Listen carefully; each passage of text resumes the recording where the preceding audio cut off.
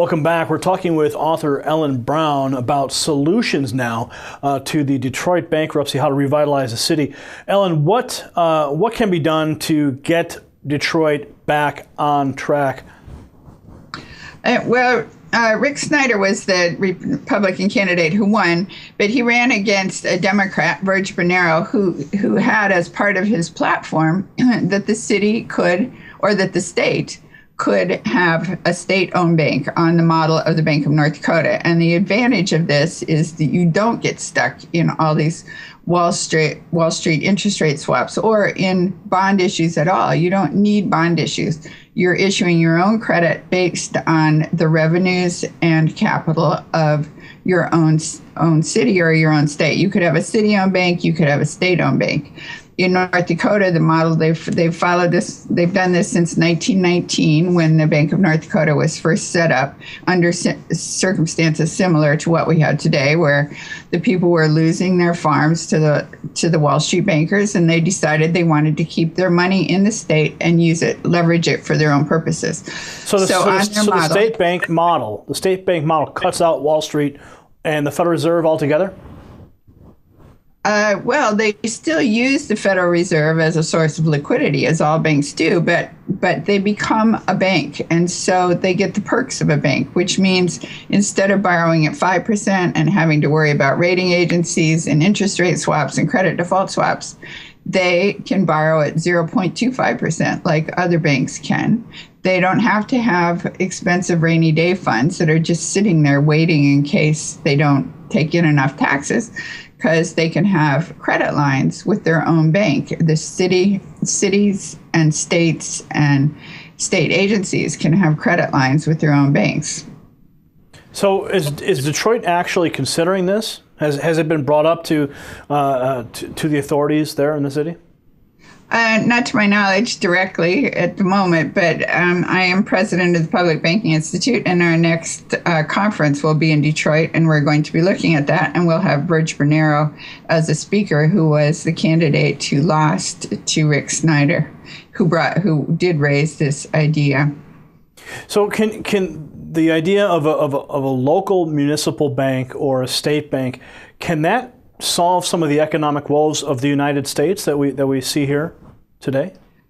It could actually.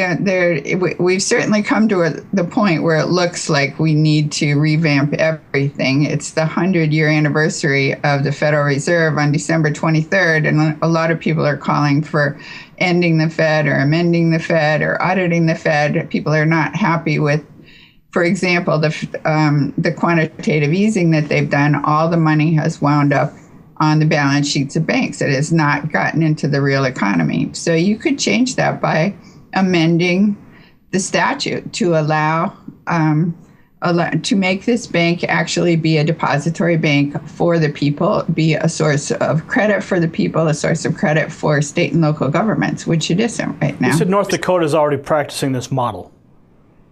Yeah, it's the only state. We think all 50 states should have such a bank. And that would how come if North Dakota set it up in 1919, how come in the models there, it's been proven, how come no other states have followed suit? If it is that beneficial in these many years? I would see it the other way. The question is, why haven't the big banks managed to shut it down? And I think because they've kept under the radar and haven't made a big deal about it.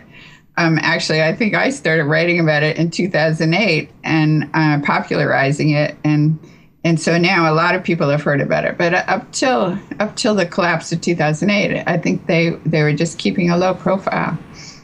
Now, what about digital currencies? Ben Bernanke just weighed in on Bitcoin. He says it holds promise to money transfer. He also said that that the Federal Reserve cannot regulate it, the FBI can't enforce it. What are your thoughts on a digital currency as a potential solution to some of the economic woes of the nation? I'd be surprised if they leave it, if they don't regulate it. It seems to me that as soon as it becomes quite big, they will regulate it. But there is this sort of move toward total digital currencies to get rid of cash. That was actually proposed or the beginnings of that was proposed by Larry Summers at an IMF conference in November, where he said that we may have to move to negative interest rates because it hasn't worked to push the interest rate almost to zero. Well, it hasn't worked because that's not the solution. I mean, the problem is not that interest rates are too high. The problem is that businesses don't have customers. You need to get money into the pockets of the customers. But anyway, seems to me it's a skewed economic model. But what they were saying is that, well, if you put interest to below zero, people aren't going to want to keep their money in the bank because a percentage will be taken out of their deposits instead of the reverse. But they can force you to keep your money in the bank if it's all digital. So they will know where it is. You can't pull it out as cash. So how do we get more money into the hands of the American people so that the economy can move forward and we can see a prosperous United States again?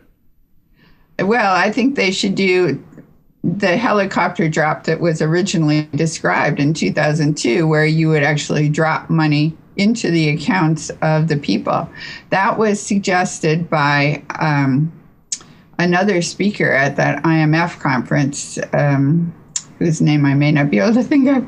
But anyway, he suggested that we make the Fed be the depository for, or give everyone access to the Federal Reserve. And then another professor, whose name I can't pronounce, I think it's Sethi, S-E-T-H-I, suggested that you could then, what you could do is, instead of returning the Fed's profits to the Treasury, to just hold them back. And then when you needed more money in the economy, actually put that money in the deposits of all the people who would have accounts at the Federal Reserve. In other words, you would literally be doing a helicopter drop of money right into the accounts of the people. How would that affect inflation?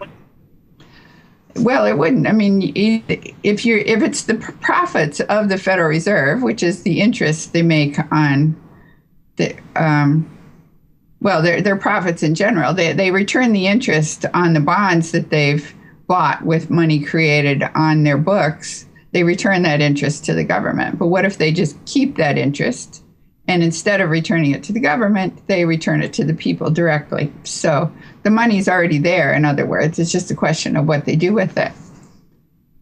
All right. Ellen, thanks for joining us on this edition of WHDT World News. We hope to have you back soon. And thank you. All right. That was Ellen Brown right here on WHDT World News. Stay tuned for the rest of today's headlines, all of the news from Hollywood, California, and a full report on the weather right here. Stay tuned.